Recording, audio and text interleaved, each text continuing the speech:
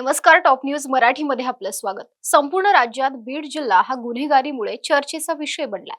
जिल्ह्यामध्ये वेगवेगळ्या भागात गुन्हेगारीच्या अनेक घटना समोर आलेल्या आहेत. सरपंच संतोष देशमुख यांच्या हत्येचं प्रकरण ताजं असतानाच अंबाजोगाई तालुक्यातील एका महिला सरपंचाकडे खंडणीची मागणी करण्यात आल्याची धक्कादायक बाब उघडकीस आली आहे.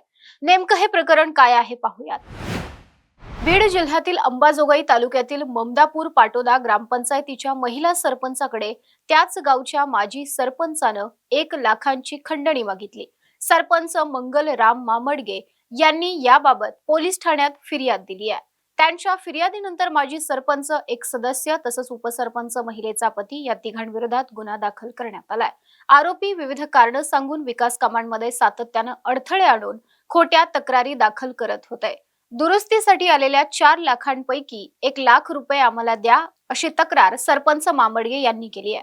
या प्रकरणी पोलिसांनी तिघांविरोधात गुन्हा दाखल केलाय. आता महिला सरपंच मंगल मामडगे यांनी आत्मदहनाचा इशारा दिला.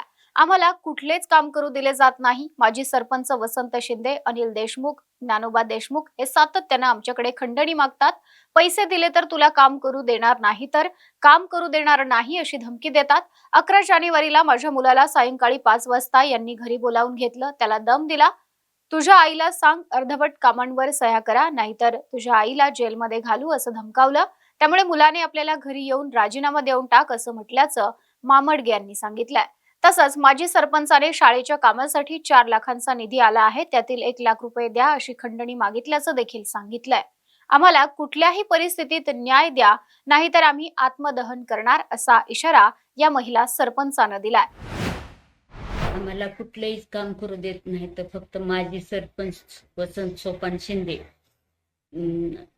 अनिल लालासाहेब देशमुख, ज्ञानोबा श्रीमंत देशमुख ही खंडणी मागतात. सारखंच आम्हाला म्हणतात की तू पैसे जर दिलीस तर तुला काम करू देणार नाही, तर काम करू देणार नाही. तू काय कुठली लागून गेलीस का?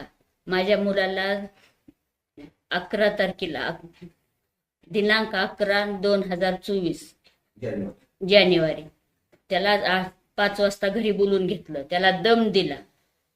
तुझ्या आईला सांग आम्हाला त्या विहिरीचे सह्या दे. 2 विहिरी बिगर टँगी जीवटँगी झालेल्या नाहीत, त्याचे ते अर्धवट काम आहे तर त्याच्या सह्या दे म्हणा, नाही तर तुझ्या आईला जेलमध्ये घालू.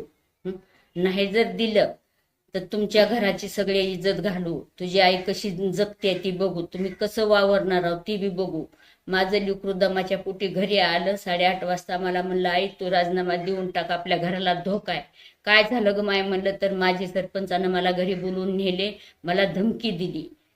तुझ्या आईला सांग कुठलाच कागद तू देऊ नको म्हणा, नाहीतर सुशीलला बंकटी पांढवल्यासारखं तुझ्या आईला मध्ये टाकू असे म्हणले. 1 लाखाचे 1 लाख.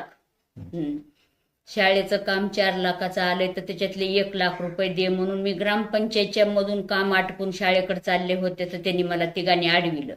1 लाख रुपये देत तर कामं करू देणार नव्हतं, कामं करू देणार नाहीत असा दम दिला मला. मग तिथून मी शाळेकडे गेले तर तिथं शाळेकडे काम त्यांनी अडविलं आणि तसला गोंधळ घातला मॅडम सोबत.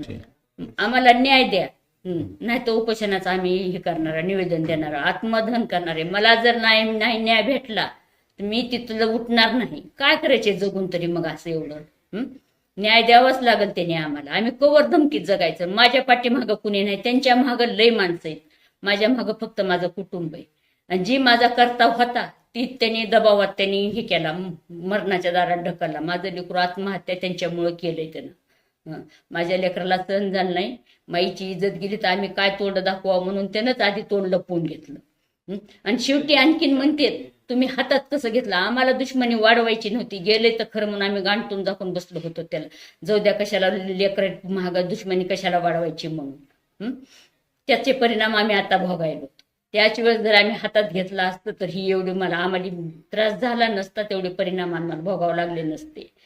खास मेला माझा मुलगा ती त्यांच्यामुळेच मेला.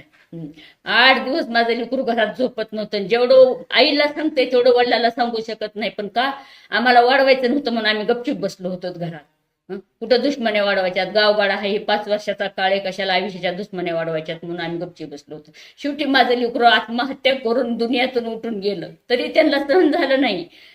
19 तारखेला माझा मुलगा वारला आणि 26 जानेवारीला मी म्हणले मला ध्वजारोहणला यायचं नाही, ग्रामसभेला आले, मी फोटो फक्त काढू दिले नाही म्हणून त्यांनी कोर्ट मॅटर केलंय त्यांनी.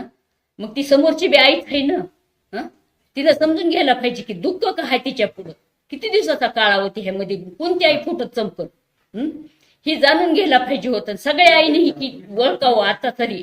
माझ्यावर जेवढी वेळ आली तेवढी वेळ कुणाच्या आईला येऊ नये.